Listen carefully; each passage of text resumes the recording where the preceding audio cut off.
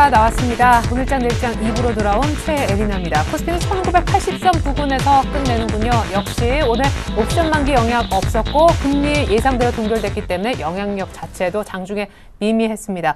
자, 외국인들 선물을 거의 팔지 않았고 현물은 5거래일째 사자를 계속 이어간 것 같습니다. 프로그램 매물은 예상 규모는 3천억 정도 매도 우위였었지만 시장의 결과는 2천억가량 매수 우위, 예상보다 5천억 정도 더 시장이 우호적으로 나왔다, 이렇게 보여집니다.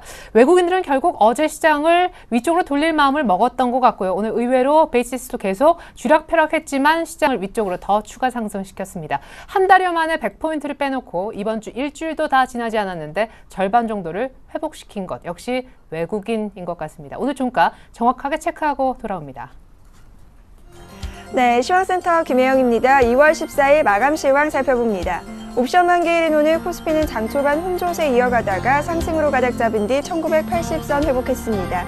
한국은행과 일본중앙은행에서는 기준금리 동결 소식이 전해졌지만 시장에는 이미 반영된 재료였기 때문에 미미한 흐름 보였는데요. 여기에 오늘 옵션 만기를 맞아 외국인의 선물 매도가 줄고 프로그램 쪽에서는 차익과 비차익 거래 모두 2천억 원 이상의 매수 우위 나타내며 장마쳤습니다. 오늘 코스피 마감 종가 살펴보겠습니다. 0.36%의 오름세 보이며 1983포인트에서 장마쳤습니다. 이어서 코스피 수급 상황입니다. 오늘 기관과 외국인이 매수 우위 나타내며 지수 상승의 견인차 역할을 해줬습니다. 기관 쪽에서 734억 원, 외국인이 468억 원의 매수 우위 나타냈고요. 개인 쪽에서는 1284억 원의 매도 물량 수혜한 하루였습니다. 이어서 코스닥 살펴보겠습니다. 오늘 코스닥 이틀째 상승 흐름 이어졌습니다. 장 초반 510선 회복한 뒤 소폭의 오름세 계속해서 이어갔는데요. 오늘 코스닥 마감 종가입니다. 0.89%의 오름세 보이며 512포인트에서 장마쳤습니다. 이어서 코스닥 수급 상황 살펴봅니다. 오늘 코스닥 시장에서는 개인과 기관이 매도 우위 나타냈지만 외국인 쪽에서 305억 원의 매수 우위 나타내면서 지수는 빨간불 켜며 장마친 모습입니다. 이어서 환율 살펴보겠습니다. 오늘 환율은 4일째 하락으로 장 출발했습니다. 이 북한의 핵실험 이후 이렇다 할 방향성이 점쳐지지 못하고 있는 가운데 금토미의 기준금리 동결 소식이 전해졌지만 시장에는 이미 선 반영된 재료였기 때문에 큰 폭의 미미한 변동성을 나타냈는데요. 이후 G20 재무장관 회의를 앞두고 있는 환율은 오늘 계속해서 하락 흐름 이어졌습니다. 오늘 환율 마감 종가입니다. 3원의 내림세 보이며 1083원 80전에 장마쳤습니다. 이어서 코스피 시가총액 상위 종목 살펴봅니다. 먼저 삼성전자입니다. 0.20%의 오름세 보이며 149만 원의 종가 기록했습니다. 포스코가 강보합권, 현대모비스와 기아차 역시 강보합권에서 장마친 모습이고요. 삼성생명이 1%대의 낙폭 보이며 10만 5,500원의 종가 기록했습니다. 이어서 다음 장 살펴봅니다. LG화학이 강보합권, 한국전력은 오후 들어서면서 낙폭 어느 정도 만회했습니다. 1%대의 조정 흐름 보이며 37,700원의 종가 기록한 모습이고요. 신한제주와 SK하이닉스, SK이노베이션 모두 강보합권에서 장마쳤습니다. 이어서 코스닥 시가총액 상위 종목 살펴봅니다. 대장주의 셀트리온이 약세 흐름 이어졌습니다. 27,250원의 종가 기록한 모습이고요. CJ 오쇼핑이 약세 흐름, 파라다이스는 4%대의 강세 이어졌습니다. 18,800원의 종가 기록한 모습이고요. 오늘 4분기 부진한 실적을 내놓은 다음은 급락 흐름 이어졌습니다. 6%대의 내림세 보이며 10만 3천원의 종가 기록한 모습입니다. 이어서 다음 장 살펴봅니다. CJ E&M과 GS홈쇼핑은 강보합권에서 장마친 모습입니다. 동서가 1%대의 낙폭 보이며 18,450원의 종가 기록했고요. 오늘 SFA는 5%대의 급등세 이어졌습니다. 4분기 실적 호조세 들어오면서 상승 흐름 강하게 나타났는데요. 56,400원의 종가 기록한 모습입니다. 이어서 오늘의 특징 업종 및 테마 종목 살펴보겠습니다. 석유화학주 주가가 미국의 경제지표 개선 기대감으로 오늘 상승 흐름 강하게 나타났습니다. SOL이 1%대의 상승세 보이며 98,400원의 종가 기록한 모습이고요. 금호석유가 3%대의 강세 보이며 122,200원에, 한국실석유 역시 8%대의 급등세 이어지면서 272,500원의 종가 기록했습니다. 이어서 롯데케미칼이 2%대의 강세 보이며 257,500원의 종가 기록한 모습입니다. 이어서 통신주입니다. 오늘 통신주 주가 종반 하락 흐름 나타냈습니다. 증권가에서는 최근 20% 가까이 올랐던 엔달러 환율이 하락 흐름을 보이면서 기관과 외국인이 환율 방어주로 관심을 모았던 통신주를 되팔고 있다라는 분석 내놓았는데요. SK텔레콤이 2%에 가까운 하락 흐름 보이며 17만 4천 원에 종가 기록했습니다. 이어서 KT 역시 오늘 외국인 쪽에서 강한 매도세 들어왔는데요. 2%대의 내림세 보이며 35,250원에 LGU 플러스 역시 2%대의 내림세 보이며 8,430원에 종가 기록한 모습입니다. 지난해 4분기 부진한 실적을 내놓으며 급락세 나타냈던 게임즈 주가 오늘 상승 흐름 나타나고 있습니다. 게임빌이 3%대의 강세 보이며 93,300원에 종가 기록한 모습이고요. 네오이즈 게임즈가 5%에 가까운 강세에 컴투스가 8%대의 급증세 보이며 41,350원에 종가 기록한 모습입니다. 동남권 신공항주 주가가 오늘 상승 흐름 보이며 장마쳤습니다. 신정부 기대감에 상승 흐름 나타낸 것으로 보이는데요. 동방성계가 가격 제한폭까지 올라서며 5,610원에 종가 기록한 모습입니다. 이어서 영화금속이 5%대의 강세 보이며 1,255원에 두올산업 역시 6%대의 강세 보이며 2,100원에 종가 기록한 모습입니다. 전일 급등세를 나타냈던 안철수 테마주 주가 오늘도 상승 흐름 이어졌습니다. 정치 재개설이 또다시 불거지면서 상승 흐름 이어진 모습인데요. 솔고바이오가 3%대의 강세 보이며 1,015원에 우성사료 역시 4%대의 강세 흐름 이어졌습니다. 전일 상한가 도달했던 오픈베이스 오늘 역시 가격 제한폭까지 올라서면서 23,060원에 종가 기록한 모습이고요. 노르페인트가 3%대의 강세에 닉네트 역시 8%대의 급등세 보이며 3,405원에 종가 기록한 모습입니다. 이어서 골든나레 리츠 살펴보겠습니다. 골든나레 리츠 오늘 급등세 보이며 장마쳤습니다. 정부가 부동산 거래 활성화를 위해 리츠 관련 투자 규제를 완화하기로 했다는 소식이 전해졌기 때문인데요. 7%대의 강세 보이며 340원에 종가 기록했습니다. 이어서 KCT 살펴보겠습니다. 오늘 KCT는 지난해 영업이익이 전년보다 235% 증가한 61억 원을 기록했다고 공시했는데요. 이 같은 소식에 상한가 도달하며 장마친 모습입니다. 주당 290원 올라 2,240원에 종가 기록했습니다. 지금까지 시황센터 김혜영이었습니다.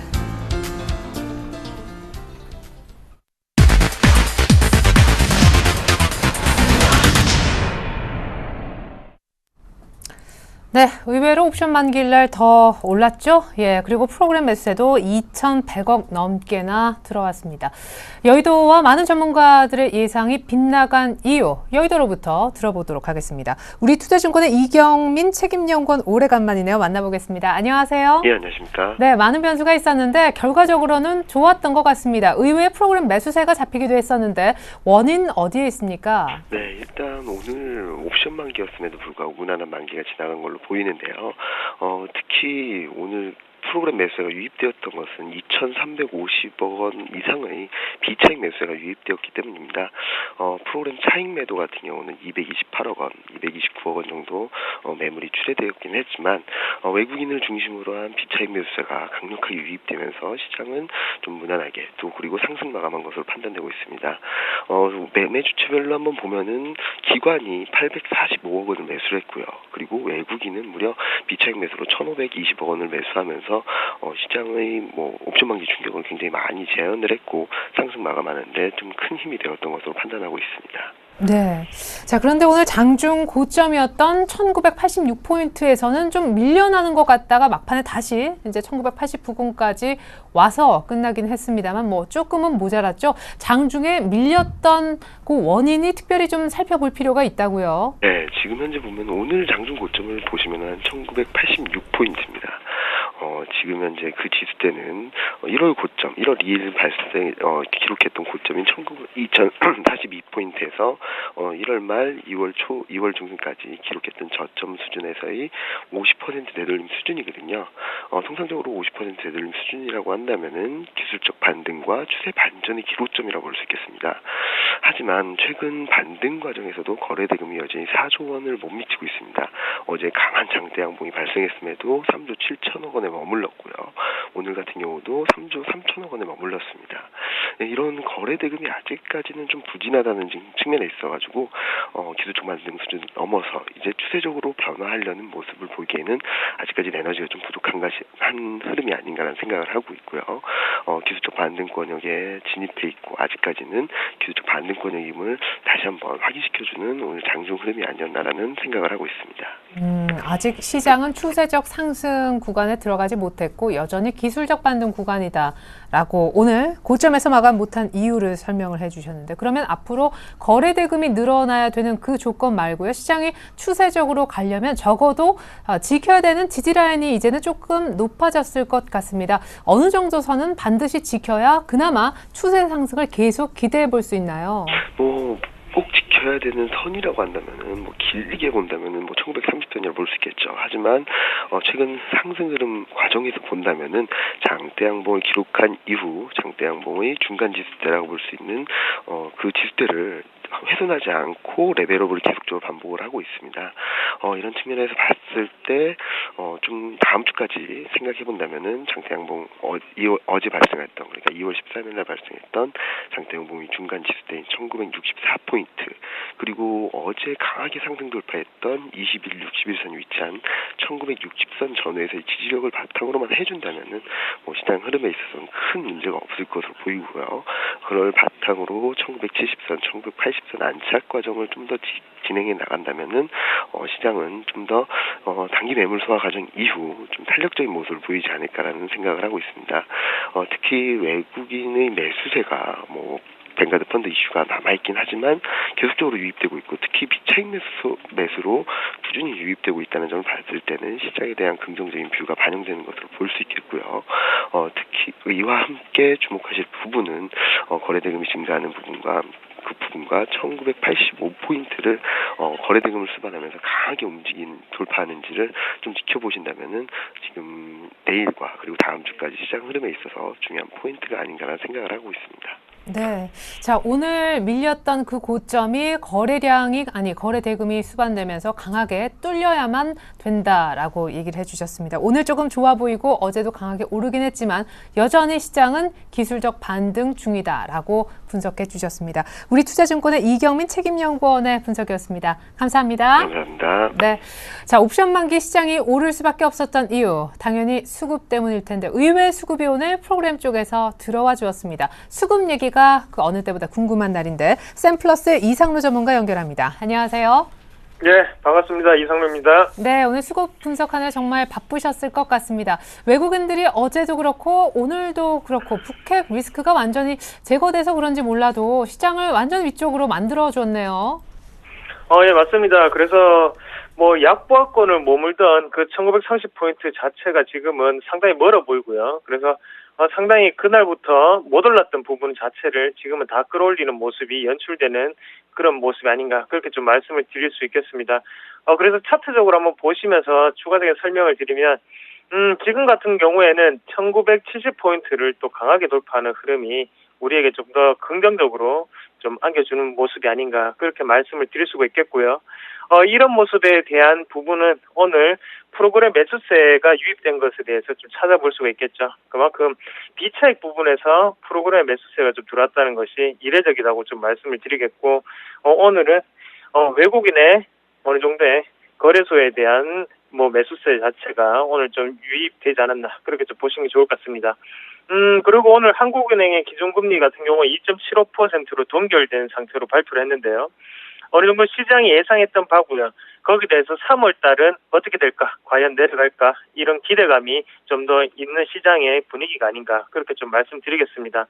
오늘 수급적인 부분을 한번 보시더라도 어느 정도의 지금은 유럽에서 있을 G20 재무장관 회의를 어느 정도 기대하는 그런 움직임이 좀 나타났다고 말씀을 좀 드릴 수 있겠는데요. 외국인 같은 경우에는 전기전자업종 그리고 화학업종에 대해서 투자를 하는 모습이 나타났고요. 하지만 우리가 기관의 모습을 보면 좀 더 기대감이 좀 사로잡혀 있다. 그렇게 좀 말씀드릴 수 있겠습니다. 왜냐하면 일단은 철강금속 업종 그리고 화학 업종, 운수장 업종에 오늘은 매수세가 두드러지게 나타났는데 그만큼 지금은 전체적인 글로벌 증시 자체가 어느 정도는 경기 부양 쪽으로 흘러가고 있다. 그만큼 경기가 회복되고 있다는 것에 베팅을 좀 더 하는 모습이라고 말씀을 드릴 수가 있겠고요. 그리고 운수장 업종에 어느 정도 매수세를 이유를 한번 따져본다면 그만큼 지금 같은 경우에는 G20 재무장관 회의를 통해서 일본의 엔화 약세에 대한 경계감을 드러냈습니다. 그런 부분 자체가 어느 정도 이슈화가 되지 않을까. 그런 부분이 오늘의 매수세를 좀 부추겼다. 그렇게 좀 보시는 게 좋겠고, 코스닥에 대해서는 외국인은 여전히 IT 부품에 대한 사랑을 아끼지 않는 그런 하루가 진행이 되었습니다. 네. 아니, 그러면 향후 적어도 G20 회의까지는 외국인들의 러브콜을 조금 기대해 봐도 좋겠습니까? 아직 본격적인 매수가 들어오기에는 빠른 감이 있다라는 분석도 있어서 수급 전망 한번 들어보죠. 예. 제가 보는 시각으로는요. 전에 말씀드렸다시피 일단 1930포인트를 기점으로 해서 지금은 하단의 박스권을 선택했는 모습이 아니고 상단의 박스권을 선택을 했습니다. 그 윗대 박스권 상단인 1970포인트 정도를 좀 보시는 게 좋겠고요. 거기 오늘 또다시 지지를 받고 난 다음에 어느 정도의 강보합권으로 마감을 했던 만큼 지금은 좀 더 상승 기조에 우리가 좀 더 베팅을 하셔야 되는 부분이 아닌가 그렇게 말씀을 드리겠습니다. 1차적인 밴드를 좀 말씀을 드리면 일단 1970포인트가 1차적인 지지점으로 형성이 좀 되면 좋겠고요. 만약에 이 부분이 이탈이 된다면 그때는 다시 한 번 더 1930포인트까지 내려갈 수 있다는 점을 꼭 생각을 하시길 바라겠습니다. 지금은 일단은 글로벌적인 강세 그런 분위기 자체가 우리나라 시장을 좀 더 밝게 하는 그런 모습이 아닌가. 그만큼 기대감이 작용을 하고 있습니다. 경기 부양 관련주 쪽으로 우리가 좀 더 시선을 돌리시고요. 금융주 또한 지금은 맑음이라고 말씀드리겠습니다. 네, 다시 한번 철강주가 오늘 좀 돋보이는 그런 날이지 않았나 생각이 됩니다. 당장 현대제철이 어제, 오늘 이틀 만에 꽤 오른 것 같던데 그 밖에 어떤 특징주가 더 있었나요? 네, 맞습니다. 현대제철 같은 경우에는 우리가 철강 금속 업종에 대해서 항상 어느 정도의 기대감을 가지고 있었죠. 하지만 4분기의 실적은 우리에게 또다시 실망감을 안겨줬지만요. 지금은 다시 한 번 더 1분기에 대한 기대감을 사로잡고 있다. 그렇게 좀 말씀을 드릴 수 있겠고요. 거기 내면 한번 보시면 일단 철강 가격의 인상을 들 수가 있겠죠. 그런 부분에서 우리가 조금 더 어느 정도 매수권에 임하는 전략이 좀 필요하지 않나 그렇게 말씀을 드리겠고요. 그리고 기관이 어느 정도 매수를 하는 모습이 나타난다면 일단은 낙폭과대에 어느 정도 나타난다고 좀 보시는 게 좋을 것 같아요. 그만큼 그런 성격 자체가 지금 낙폭과대였고요. 그리고 철강 가격 인상에 대한 기대감이 작용을 하면서 어제 그리고 오늘 추가적인 상승이 일어났다 보시면 좋겠고 장기적인 관점에서 대응을 하실 분들은 지금도 매수 타이밍으로 좀 잡으시면 좀 좋을 것 같아요. 그래서 차트적으로 한번 보시더라도 주봉상으로 한번 같이 보면서 설명을 좀 더 드리면요. 지금 같은 경우에 한번 같이 보시면 어느 정도 하단 자체를 지지를 하고 난 다음에 추가적인 지금 추세에 대한 상승 이탈을 지금 노리는 부분입니다. 그래서 지금 매수권으로 가담을 하시고 난 다음에 만약에 9만 원이 돌파될 때에는 우리가 더욱더 추가적인 매수로 대응을 하시는 전략이 필요하지 않겠나. 그만큼 장기적인 모멘텀을 가지고 접근하실 수 있는 그런 종목군이라고 정리를 해드리겠습니다. 그리고 다음으로 넘어가서 대상이라는 종목을 좀 말씀을 드리겠는데요. 미국의 동부 지역, 뉴욕을 비롯한 워싱턴 같은 경우에는 지금 폭설로 난리죠. 얼마 전까지 폭설로 난리였는데, 하지만 지금 옥수수 가격 같은 경우에는 하락세를 면치 못하고 있습니다. 그만큼 지금은 어느 정도 옥수수 같은 경우에는 남미라든지 아니면 중서부 지역에서 재배를 하고 있습니다. 경작지 자체가 지금 날씨가 상당히 좋답니다. 그렇기 때문에 옥수수 가격이 꾸준히 하락세가 유지가 되고 있고요. 그만큼 공급량 자체가 지금은 24% 정도 올해 늘 것이다. 그런 전망치가 나오고 있기 때문에 1분기에 대한 기대감 그리고 2분기의 마진 개선에 대한 기대감이 작용하는 시장이 아닌가 그렇게 좀 말씀을 드릴 수 있겠고요. 하지만 실질적으로 우리가 마트에 갔을 때 옥수수가 내려가진 않죠. 그리고 팝콘 가격도 내려가지는 않고요. 그래서 우리가 실질적으로 체감하기는 상당히 어렵겠지만 일단 대상을 한번 보시더라도 하단의 거래량을 보시면 이때 부분이 하락을 할 때 거래에 나온 것을 보실 수가 있겠는데 이 부분 자체가 바로 실적에 대한 어느 정도 어닝 쇼크로 인해서 내려왔던 물량이었습니다. 그 물량 자체를 지금은 수급적인 부분으로 보시더라도 기간이 상당히 많이 저점에서 받아줬습니다. 지금은 추가적인 상승이 어느 정도 나타날 수 있다고 좀 보고요. 거기에 대해서 1차적인 목표가는 32,000원까지 제시해 드리겠습니다. 네. 자, 이렇게 해서 현대제철 그리고 대상까지 얘기를 들어봤습니다. 그나저나 오늘 한솔테크닉스 이 무선 충전주 아닌가 상한가를 끝까지 가버렸네요. 네, 맞습니다. 오늘 상한가를 기록을 했는데요. 원래 무선 충전 관련주는 아니었고 이번에 새롭게 신규 사업을 추진을 하는데 그게 바로 무선 충전 관련입니다. 안에 한번 같이 보시면 300억 불을 우리가 300억을 투자를 한다는 소식과 함께 거기에 대한 방식은 자기유도 방식이라고 하죠.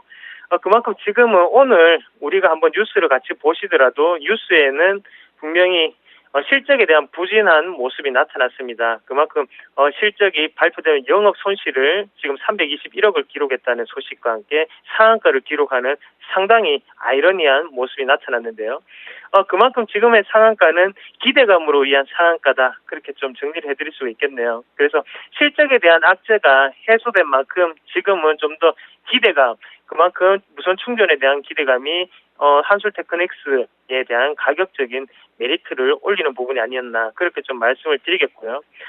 추가적인 상승이 있을 수 있습니다. 하지만 이렇게 실적이 뒷받침되지 않고 기대감이 오늘 상한가를 갖는 종목군은 또 크게 빠질 수가 있거든요. 그런 부분을 우리가 감내를 하시고 추격 매수는 금지하시길 바라겠습니다. 네, 감사합니다. 한솔테크닉스 추격 매수 금지고요. 현대제철은 중장기 관점에서 이제 살 때가 왔다고 하셨습니다. 앞서 대상의 목표가까지 감사합니다. 샘플러스의 이상로 전문가와 함께했습니다. 잘 들었습니다.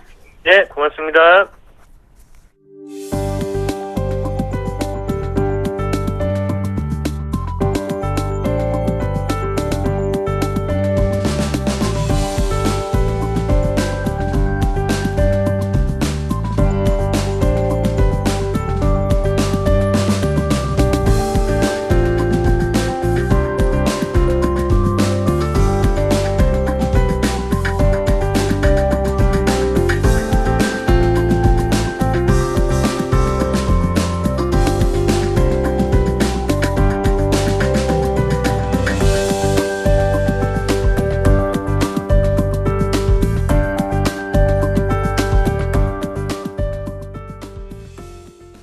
네, 이제 슬슬 G20 회의가 시작이 될 모양입니다. 이틀 동안에 걸쳐 회의가 진행이 되기 때문에 우리는 이제 내일 내용을 듣기가 좀 쉽지 않을 수가 있는데요. 하지만 뭐 중간에 어떤 내용이 나와서 엔화 약세 저지에 대한 의견이 좀 모아졌다라는 소식이 또 나올지는 모르겠습니다.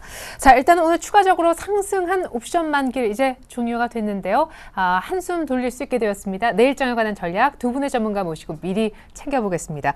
대신증권 안산지점의 성동경 대리님, 그리고 동양증권 도남지점의 김주선 대리님 함께합니다. 안녕하세요. 안녕하세요. 네, 스타일 바뀌셨네요. 네. 네. 봄 맞아서 좀 네. 짧게 깎아봤습니다. 오늘 뭐 초콜릿 받으시려고? 예. 그것도 물론 받아야겠죠. 네, 알겠습니다. 그래요. 네. 자, 내일장 다이렉트 전략 두 분은 어떻게 얘기하실지 일주일 전보다는 상당히 많이 올라온 지수인데요. 여기에서 또 사라고 얘기하실까요? 화면에 답이 있습니다. 자, 내일장 전략 1980선 거의 왔는데요. 주식 사도 될까요? 질문을 드렸고 종목 선정법 기준을 나름대로 갖고 계신지 역시 여쭤봤습니다. 어떤 종목을 살까요? 마지막 질문이었는데요. 이 세 질문의 두 분의 답은 네, 성동경 대리님은요. 수급은 재료에 우선한다. 주식 사자 하셨습니다. 최근에 바뀐 수급을 좋게 보고 계신 듯하고요. 김주선 대리님은 그냥 관망하자라고 하셨습니다. 관망하자 이유는 잠시 후에 듣고요. 그나마 소외된 종목, 조금 아무도 관심 갖지 않는 종목을 선취매하는 건 되겠다라시면서 YG엔터를 준비해 주셨습니다. 성동경 대리님은요. 52주 신고가, 너무너무 잘 나가는 종목을 사거나 혹은 낙폭과대주를 보거나 뭐 극과 극 전략이네요. 빙그레라는 종목을 언급하실 것 같습니다. 네, 자 스타일 바뀌고 돌아오신 성동경 대리님이 주식을 사자라고 하셨는데 이유는 결국 수급이었습니다. 수급이 진짜 좋아는 지고 있는데 여기에서 뭐 외국인들이 폭발적으로 사주진 않을 것도 같아서 여기에서 이제 1980에서 사도 될까? 의심스럽기도 한데요. 네, 일단 그런 의문을 좀 가지시는 분들에게 좀 이런 말씀을 좀 드려보고 싶습니다. 주가라는 것이 이제 빠질 때도 사야 할 때가 있는 것이고, 주가가 이제 올라도 팔아야 될 때가 있는 거라고 좀 생각을 합니다. 그래서 네. 지금은 그래서 계속해서 1월 달에 우리나라 증시가 안 좋을 때도 중장기적으로 좀 매수를 해야 된다. 이런 관점들을 좀 말씀을 드렸고, 2013년은 슈퍼사이클이 나올 수 있는 그런 한 해다. 이렇게 좀 말씀을 드렸는데, 지금 바로 그때가 좀 아닌가 싶습니다. 일단 증시에 지금 변곡점이 나타났다고 개인적으로 좀 판단을 하고 있고요.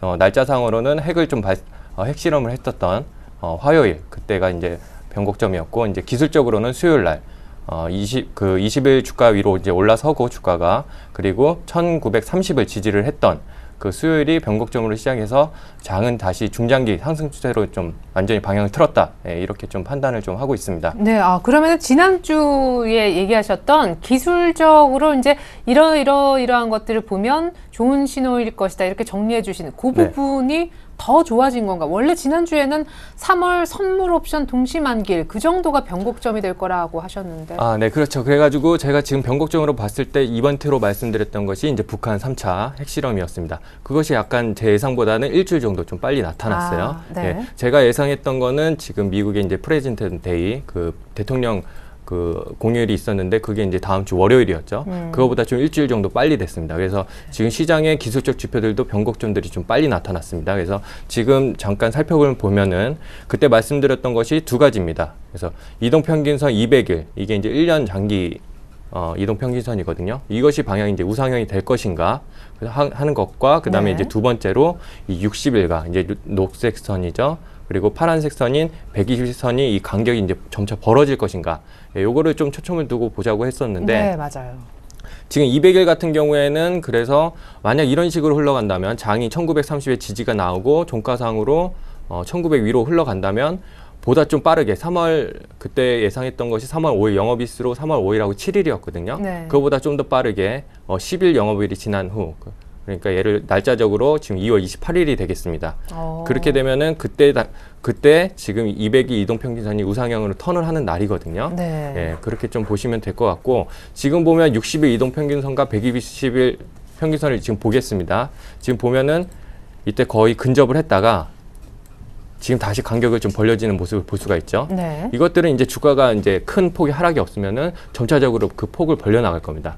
그래서 예를 들어서 이렇게 주가를 이제 크게 보면, 좀 길게 좀 보게 되면은 이런 선들, 좀 이렇게 벌려지는 구간들은 장기적으로 큰 상승 추세가 나오는 구간들이거든요. 만나지 않았다가 네, 그렇죠. 이 벌어지는. 부분들이 지금 만나지 않았다가 다시 벌어지는 구간들입니다. 네. 그렇게 되면 이제 장기적으로 큰 상승 추세가 나오고 있기 때문에 네네. 이런 것을 반드시 좀 눈여겨보시는, 봤으면 좋겠습니다. 예. 그리고 중간에 이제 미국의 오바마 대통령 집권 2기 오바마 대통령의 뭐 연두교서 네. 이런 것도 있었잖아요. 그 내용은 어떻습니까? 좀 매수하자 쪽에 아무래도 힘을 싣는 그런 내용들이 많았나요? 네, 일단은 제가 그 북한 관련해서 좀 네. 초점을 맞춰서 드릴게요. 일단 이번 연두교서에서는 내용상으로 어떤 이런 정치적인 것보다는 좀 경제적인 내용이 좀 많았습니다. 해서 지금 보게 되면은 북한 같은 경우에 어떤 코멘트를 했냐면은 국제법을 준수를 하면은 우리는 모두 공존할 수가 있다. 요 정도까지만 언급을 했거든요. 네. 그렇게 본다면은 지금 북한 핵실험 나왔을 때 당시에 주가 충격이 그렇게 크지 않았습니다. 그리고 그 다음날 굉장히 많이 올랐죠. 그래서 네.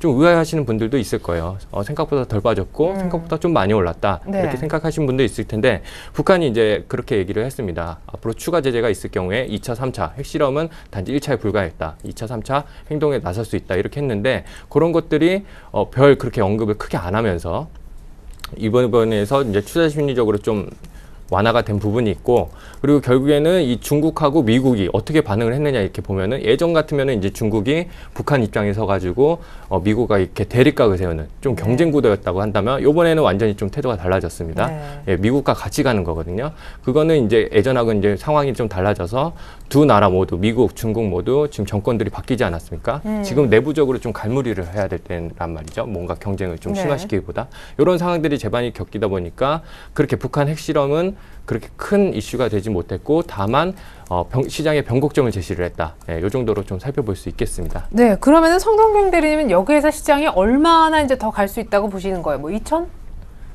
단기적으로 네, 말씀하시는 뭐 건가요? 모르겠어요. 근데 뭐 네. 애널리스트는 약간 매물 소화를 조금 하다가 뭐 1980선, 뭐 70선 여기가 확실히 안착되고 그러면은 아마 잘 갈 거다. 근데 뭐 거래 대금이 부족하다 이렇게 약간 우려하는 목소리도 있으시던데 어떤 분은 대형주 추격 매수하지 말자고 아직도 뭐 중소형주가 낫다는 분들도 계셨습니다. 일부에서. 네, 그런 뭐 의견들도 다 뭐 타당 의견이 있어 보입니다. 하지만 저의 의견은 지금 대형주를 중장기적으로 계속해서 경기 민감주를 매수를 해야 될 때인 것 같고 결국에는 주식을 사실 때 지금 주식형 비중을 늘리자. 예, 펀드라든지 ELS 같은 것도 충분히 지금 투자 가능 권역에 들어와 있는 걸로 보이고요. 일단 기술적으로 봤을 때 개인적으로는 2,000을 돌파하는 것은 무난하다고 지금 생각을 합니다. 그래서 2,000을 만약에 돌파를 하게 되면 2,050까지는 이제 탄력이 있기 때문에 충분히 이제 상승이 가능하다 보고요. 단기적으로는 그렇고 이제 중장기적으로 얼마 갈 거냐라고 한다면 3,000 이상을 본다고 하면은 굉장히 부정적으로 보시는 분들이 많은데 개인적으로 앞자리가 바뀌는 것이 멀지 않았다. 예, 이렇게 좀 보고 있습니다. 네, 감사합니다. 김주선 내리님은 하지만 관망하자라고 하셨습니다. 왜일까요? 사실 이쪽에서 사자 하는데 뭐 사지 말자는 아니지만 뭐 조금 이제 뭐 지켜볼 것이 있나 봐요. 예, 일단 뭐 최근에 4일 동안 올라오면서 보면은 말씀해 주셨던 대로 거래량이 뭐 받쳐주면서 좀 강하게 올라온 건 아니고 일단 저번 주에 말씀드린 게 제가 단기적으로는 이제 엔화 그 엔달러를 화면을 보여드리면서 디커플링이 좋은 의미의 디커플링이 한 일주일 정도 계속될 수 있다. 특히 이제 회담이나 이런 부분 앞두고. 근데 그 부분이 상당히 빠르게 반영이 됐다고 저는 생각을 하거든요.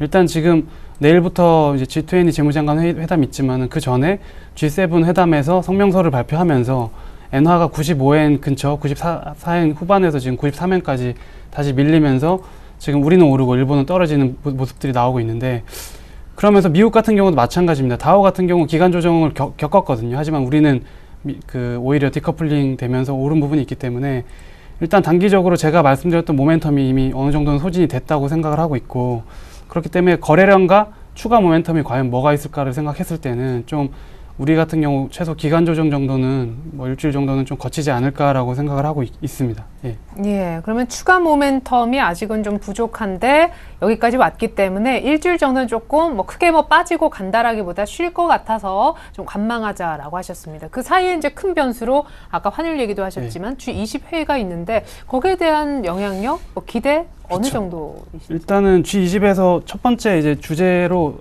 그 이제 발표가 된 게 세계 경제에 대한 이야기를 하면서 거시 이제 정책을 공조하는 부분에 대해서 얘기를 했는데 일단 나올 거는 이슈가 될 거는 환율 부분이 이제 뻔하게 나올 수밖에 없는 얘기거든요. 예를 들면 정의를 하자면은 일본하고 미국 같은 경우는 지금 양적 완화를 계속 하고 있지 않습니까?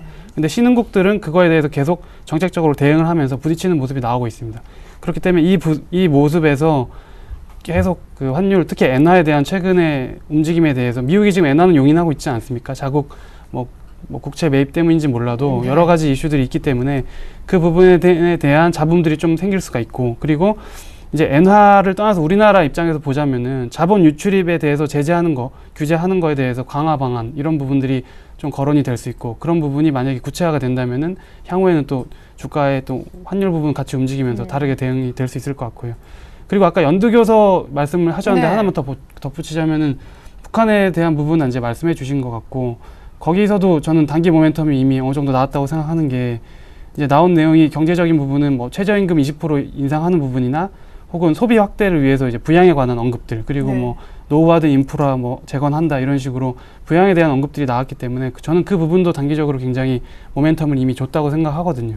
그럼 과연 2000포인트를 뚫고 올라갈 수 있는 재료가 뭐가 있을까 생각했을 때 뭐 환율에 대한 부분이 더 강력하게 나오거나 혹은 경기에 대한 부분인데 지금 이 부분 이미 한번 그 1940대에서 써먹었던 한번 소진이 됐던 부분이기 때문에 어느 정도는 조금 주춤할 가능성이 있다고 저는 보기 때문에 뭐 이렇게 추격 매수보다는 오히려 주식을 사신다면은 사실 지금 찾아보면은 너무 이게 순환매가 심하고 업종별로 편차가 심하기 때문에 뭐 지금 3일 동안 많이 올랐지만 잠잠한 종목들이 많이 있습니다. 그래서 그럼요. 이게 또 갑자기 쑥쑥 철강금속이 갈 줄이야. 그렇죠. 예. 정유나 철강금속이 이런 식으로 장대 양봉을 형성하면서 거래 터지면서 가리라 생각하셨던 분들이 많지 않았을 거예요. 그래서 저도 사실 그 부분에 대한 확신이 없었기 때문에 그냥 레버리지를 말씀드렸던 부분이거든요. 그래서 저는 일단 지수상으로는 정리해서 말씀드리면 그러니까 지금 반등이 나온 종목들 추가 매수하는 것보다 쉬고 있는 종목들 잘 찾아가지고 선침해 두면은 이런 것들도 뭐 편하게 좀 기다리면은 1, 2주 아니라도 충분히 수익 내면서 나올 수 있지 않을까 생각을 하고 있습니다. 네, 잘하면 뭐 G20에서 어떤 아주 강력한 뭐 그런 얘기가 나오지 않는다. 사실 구속력은 또 없기 때문에요. G7에서 어느 정도 얘기가 다 나와서 반영된 지수라는 게 의견 동의할 만한 얘기였던 것 같습니다. 자, 시청자님들께 저희가 이제 판단은 맡기겠습니다. 두 분의 의견 들어봤고요. 종목 선정 기준, 아까 잠깐 성동용 대리님은 메시지를 통해서 확인하긴 했었는데 신고가 종목이거나 아예 많이 빠졌거나 이게 뭐 어떻게 잘못 잡으면은 네, 신고가 지금 분위기에서 네. 신고가 따라잡기가 맞을까? 근데 네. 오늘 일부에서 생각해 보면은 파인 디지털 예, 그 종목 뭐 더블 추천이 나왔는데 신고가 어제 내고 또 오늘 내니까 각각 다른 분들이 뭐 어제도 사자, 뭐 오늘도 사자 하시긴 하시더라고요. 네, 지금 뭐 두 가지 측면 어떻게 보면은 의견 상반돼 보이지만은 좀 어떻게 결국에는 뭐 같이 좀 생각을 좀 해보면 되겠습니다. 역사적 신고가 이런 것들이 우리에게 어떤 그런 투자적 그 아이디어를 줄 수 있을까 이렇게 생각을 좀 해봤을 때 기본적으로 주가는 좀 실적하고 병행된다고 하지 않습니까? 네. 결국엔 뭐 단기적으로는 좀 틀려져도 결국에는 실적이 좋으면 주가는 다시 올라가게 된다 이렇게 하는데 역사적 신고가를 이제 발생하는 그런 종목들은 이거랑은 또 차원이 다른 얘기입니다. 예, 구조적으로 아예 혁신이 있거나 예. 그럼 52주 신고가 정도가 아니라 네. 1년 내 가장 높은 주가가 아니라 역사적 신고가. 그렇죠. 52주 신고가를 달성을 했는데 그 신고가가 역사적으로 높을 아. 때, 예, 그거를 이제 얘기를 하는 겁니다. 네네. 그러니까 예전에 닿았던 고점이 아니라는 얘기죠. 이제 처음으로 보는 그렇죠. 주가까지 올라왔을 때. 네, 그런 회사들을 이제 봤을 때 과연 그 회사한테 무슨 일이 있었길래 이런 일이 일어나는가. 그래서 단순히 이제 실적 모멘텀만은 아니라는 얘기죠. 천천히 뜯어보면은 그런 종목들의 이제 공통점은 뭐 어떤 신제품이 강력한 신제품이 이제 등장을 했다든지 기술 혁신을 이뤘다든지 이런 어떤 구조적인 측면에서 이런 좋은 결과들이 나타났을 때 그런 종목들이 이제 탄생을 하게 됩니다. 그래서 네. 그런 종목들은 단순히 뭐 실적 대비해서 목표 주가 도달해 가지고 뭐 다시 이제 빠지는 그런 형태가 아니라 굉장히 오랫동안 중장기적으로 상승 추세를 유지할 수 있기 때문에 네. 어떻게 본다면은 그런 52주 신고가 내에서 역사적 신고가를 달성했다는 얘기는 그 회사가 굉장히 지금 강력한 뭐 지배 기업이 됐다든지 강력한 이슈 모멘텀이 있다. 예, 이렇게 좀 보시고 굉장히 좀 좋게 보면 되겠습니다. 지금까지 신고가를 달성했던 종목들 특징을 보면은 음식료라든지 제약주들, 그 다음에 네. 모바일 부품주들이 좀 많았어요. 이런 것들을 지금 변곡점이 장이 왔는데 어떤 업종을 들여봐야 되냐 이럴 때는 52주 신고가 꼭 한번 찾아서 넘겨보시고요. 네. 뭐 종목을 좀 말씀드리자면은 뭐 지금 보면은 뭐 CJ CGV, 뭐 지혜 홈쇼핑 뭐 이런 것들이 있었죠. 빅솔론 같은 것들, 네. 예, 이런 것들이 있었고 두 번째로 말씀드리면 이제 낙폭 과대주입니다. 낙폭 과대주는 이제 왜 올라오느냐 이런 거는 증시가 이렇게 변곡점이 없을 때 가장 먼저 탄력이 좋은 거는 결국엔 낙폭 과대주예요. 그래서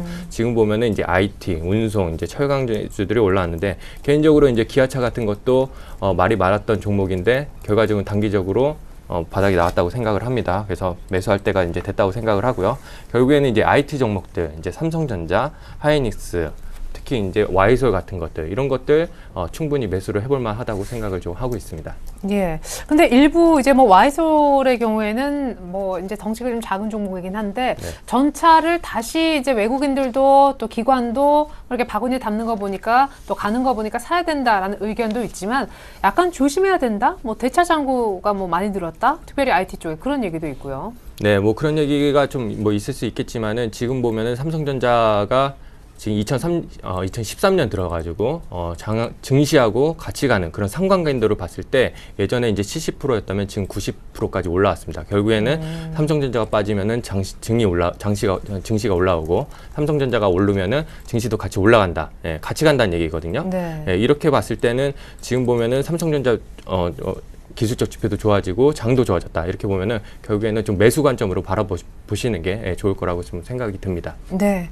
그러고 보니까 엊그제 하태준 차장님 이쪽에 앉아 계셨던 분인데 유일하게 전무후무하게 삼성전자를 추천하셨던 기억이 납니다. 지금 뭐 잘 가고 있네요. 자, 김주선 대리님의 종목 선정법 역시 소외된 종목을 선침해하는 게 좋지 지금 막 반등하는 쪽을 따라가지 말자라고 하셨잖아요. 그렇죠. 지금 이제 최근에 반등이 나온 종목들이 대부분 이제 경기 민감주나 뭐 IT 자동차 위주로 이렇게 나왔는데 뭐 같은 거죠. 근데 지금 뭐 환율 때문에 역으로 손해가 난다 그래서 많이 못 가던 종목이나 혹은 지금 뭐 내수주나 이런 부분 또 쉬고 있거든요.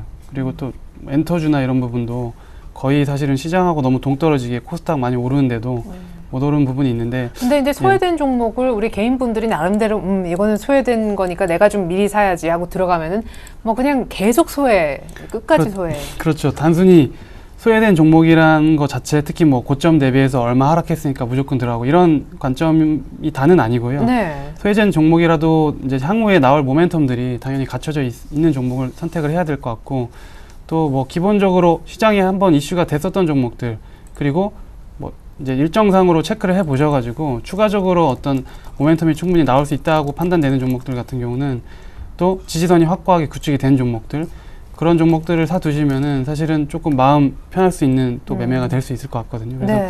그런 종목들이 여러 개 있는데, 일단 오늘 같은 경우는 저는 엔터 업종을 좀 주목을 하고 있으니까요. 네. 이따가 좀 종목을 또 말씀드리도록 네, 하겠습니다. 곧바로 얘기를 들어보죠. 사실 어제였던가요? 김선우 대표님이 SM을 주목하자라고 하셨었거든요. 그래서 제가 이거 지금 요즘에 너무 아무도 얘기 안 하시던데 하니까 이럴 때 사야 되는 거죠? 라고 깔끔하게 정리해 주신 바 있습니다. 역시 뭐 비슷한 쪽의 의견이네, 결국. 예, 뭐 일단 엔터주들이 많이 떨어졌던 이유가, 특히 지금 SM이나 YG 같은 경우가 일본하고 뭐 미국, 유럽 이렇게 다 활동을 하는데, 네. 사실은 일본 시장이 대부분이거든요. 그 해외 시장 같은 경우는 일본 시장에서 나오는 매출들이 중국하고 동남아 다 합친 거에 5배가 넘습니다. 그 정도로 일본 시장이 굉장히 그런 큰 시장이기 때문에 네. 일본에 이제 주목을 할 수밖에 없는데, 최근에 이제 엔터주들이 잠깐 반등이 나왔다 떨어진 이유를 살펴보면은 이제 N1 환율이 가장 큰 이슈죠. 거기서 아무리 돈을 벌어도 가치 자체가 떨어지니까 네. 이거에 대한 우려감이 이제 투심을 좀 안 좋게 만들었던 부분이 있습니다. 하지만 일단은 이 부분을 상쇄할 만한 뭔가 있다면은 한번 또 가격도 낮아져 있기 때문에 살 수가 있는 부분인데, 제가 생각할 때 이제 YG만 놓고 좀 말씀을 드리겠습니다. 제가 오늘 추천할 종목은 YG 엔터테인먼트거든요. 네. 근데 지금 보시면은 제가 YG가 작년 8월부터 주가를 보면서 한번 말씀을 드리면은, 이쪽 작년 9월에서 11월 사이 싸이 이슈 때문에 굉장히 떴던 기억이 있죠. 싸이가 지금 굉장히 뭐 강남스타일 하나로 YG를 일으켰다 그래도 과언이 아닌데, 그 다음에 이제 좀 거품이 빠지면서 조정이 계속 있었고, 최근에는 한번 올랐다가 반등이 나왔다가 다시 N달러 이슈, N1 환율이 이슈가 되면서 다시 잠잠해진 상황입니다. 그러면은 앞으로 올라갈 가능성이 무엇이 있느냐라고 했을 때, 일단은 3월에 이제 빅뱅의 한 멤버라고 볼 수가 있는데, 빅뱅 같은 경우는 YG에서 매출이 절반이 넘는 이제 팀이거든요. 빅뱅이라는 팀 아이돌 그룹 중에서 멤버 한 명이 이제 G드래곤이라는 멤버가 3월 달에 이제 솔로 앨범이 나오는 부분이 있고요. 네. 그리고 EI라고 이제 K-pop 스타나 뭐 이런 거로 되게 유명했던 그 가수가 있는데 또 컴백이 예정돼 있고, 또 4월 달에는 싸이가 또 앨범이 정식으로 월드 앨범이 나오게 돼 있습니다. 그렇기 때문에 많이 팔릴 것 같아요. 예, 만약에 여기서 후속곡이 강남스타일 비슷하게만 간다고 해도 주가는 또 한 번 더 오를 가능성이 있고요.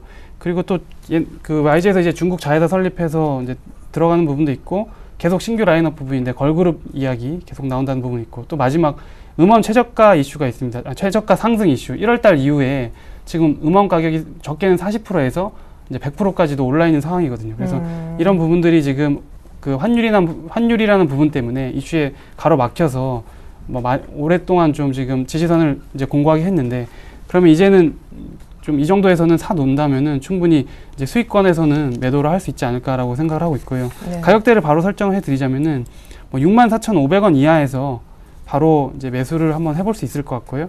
매도가는 68,000원 정도에서 일단 1차 목표가를 68,000원 정도로 잡고, 뭐 사실은 제 개인적으로 생각하는 목표가는 8만 원 이상도 가능하다고 보고 있는데, 네. 1차적으로 68,000원 설정해드리고 손절가는 59,000원 선 정도로 잡아드리면은 그 위에서는 오히려 추가 매수도 한번 노려보심이 뭐 충분히 마음 편하게 투자에 뭐 하실 수 있는 종목이 아닐까 생각을 해보고 있습니다. 네. 예. 자, 원엔 환율 때문에 실적이 조금 안 좋았었고, 또 엔화가 계속해서 가치가 떨어지니까 더 걱정을 했었는데, 이렇게 소외되고 엔화 가치 하락세가 조금 멈칫할 때 엔터주 가운데 YG 엔터를 사보자라는 의견이 나왔습니다. 성동경 대리님의 추천주 궁금한데요. 오늘 네. 뭐 역사상 신고가거나 아니면 낙폭과대 주거나. 네, 그렇게 했었는데 제가 그래서 두 가지 정도를 좀 고민을 했었는데, 네. 삼성전자를 할까, 빙그레를 할까 했었는데, 아, 진짜 삼성전자도 네. 고민하셨어요? 삼성전자는 이제 왜 고민을 했냐면, 어떤 좀 약간 좀 메시지 측면에서 이제 장이 바뀌었다, 네. 이제 사야 된다 이런 측면에서 좀 해드리려고 했는데 워낙에 좀 개인분들이 좀 매수하기를 꺼려하시는 종목이니까 네. 예, 빙그레로 이번에는 좀 추천을 좀 해봤고요. 네. 이거는 이제 역사적 신고가를 이제 달성한 건 아니고 거기서 이제 약간 조정을 보이다가 이제 다시 재돌파를 눈앞에 두고 있는 종목입니다. 그래서 네. 이제 그래프를 이제 좀 보면서 이제 설명을 좀 드리도록 하겠습니다. 네. 지금 약간 이제 빙그레를 이렇게 좀 길게 차트 늘려서 봤을 때는 이런 모습이 나옵니다. 그래서 고객분들한테 이제 추천을 드리면은 항상 이제 이런 말씀들을 이제 하시죠. 아, 이렇게 오른 주식을 사도 되겠느냐? 네. 이런 걸 나보고 사라고 이렇게 뭐 이제 말씀들을 많이 하세요. 근데 결국에는 이제 좀 말씀을 드리겠습니다. 이제 사도 된다는 거를 결론적으로 말씀드리고 이렇게 올라오기까지의 빙그레에서 과연 무슨 일이 있었냐 이렇게 보면은 네. 결국에는 이제 바나나 맛 우유였거든요. 네. 예, 이런 것들이 이제 중국 시장에서 이제 진출을 해가지고 많이 팔리게 되면서 이렇게 됐습니다. 그래서 우리가 생각하는 이제 바나나 우유는 뭐 흰 우유 먹다가 이제 좀 질리면은 뭐 딸기라든지 뭐 바나나라든지 이렇게 따로 먹는 걸 이제 생각을 해본다면 중국인들한테 이제 바나나 우유는 우리가 좀 생각하는 거랑은 좀 다릅니다. 그래서 절대적이군요. 예, 어떻게 좀 보시면은 일단 이해하기 쉽게 좀 실생활로 예를 들면은 보통 우리나라에서 NC분께서도 혹시 경험이 이제 많으실 것 같은데 뭐 길거리 가다가 이제 남자들이 마음에 드는 여자를 보면은 커피 한 잔 하자고 이렇게 좀 얘기를 하지 않습니까? 네, 네. 네. 뭐 그런 경험 없는데. 예. 네. 지금 중국을 보면은 길거리 가다가 여자한테 그렇게 얘기를 하는 바나나 거죠. 맛 우유. 바나나 우유 한 잔 하시겠냐고. 아. 네. 그렇듯 이렇게 좀 우스갯소리로 들릴 수가 있는데 네, 지어낸 건 그렇듯- 아니죠. 예, 예. 뭐 그럴 수가 있는데 지금 이 바나나 우유가 우리가 생각하는 것처럼 그렇게 좀 저퀄리티가 아니라는 얘기입니다. 아, 예, 네네네. 좀 높게 좀 생각을 한다는 아, 얘기죠. 예. 중국인들의 원래 차문화가 좀 발달을 많이 하지 않았습니까? 그쵸. 향에 굉장히 민감한 그런 국민성을 좀 갖고 있습니다. 그래서 결국에는 흰 우유에 이런 향을 추가를 했다는 거. 이것 때문에 지금 바나나 우유가 지금 잘 팔리고 있고 앞으로도 어떻게 팔릴 거냐. 2013년도 지금 빙그레 수출 비중의 10% 매출의 10% 비중을 좀 차지를 할 것 같아요. 이 10%라는 것이 굉장히 중요한 수치입니다. 그래서 중국 지금 내수주 가운데서 오리온 신화지 않습니까? 네. 지금 계속해서 지금 올라가는데 오리온 주가가 가장 탄력적인 주가를 보였을 때가 이 매출 비중이 10%를 넘어갈 때입니다. 그래서 2013년도 이 매출 비중이 10%를 이제 넘어갈 것 같고요. 결국에는 이런 것 때문에 앞으로 주가가 한 단계 더 레벨업이 가능하다. 예, 이렇게 좀 볼 수 있겠습니다. 그래서 지금 현재가 목표가 말씀드리면은 오늘도 오후장에 올라와서 지금 투자가 됐는데 현재가로 이제 접근을 하시면 될 것 같고요. 목표 적정가는 전 고점이 13만 5천 원으로 잡아봤고요. 손절가는 일목수단 이제 구름대 하단인 11만 4,500원으로 좀 잡아봤습니다. 네, 빙그레 추천 들어봤습니다. 김주선 대리님의 지난주 AS 곧바로 들어가 보죠.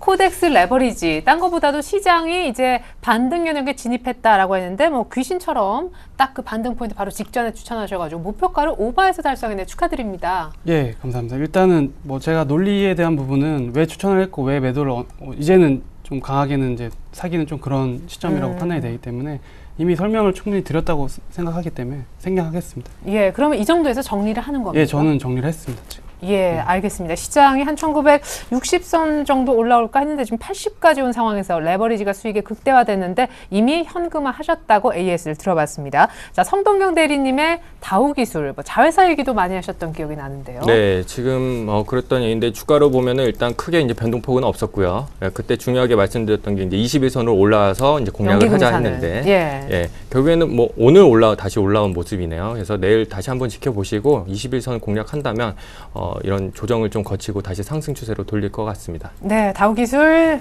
처음에 추천 포인트가 21선 살아있고 연기금 들어오는 종목이었는데 그 부분은 일단 오늘부로는 또 괜찮아 보입니다. AS까지 들어봤고요. 내일장에 관련된 내용만을 다시 한번 종합해서 보여드립니다.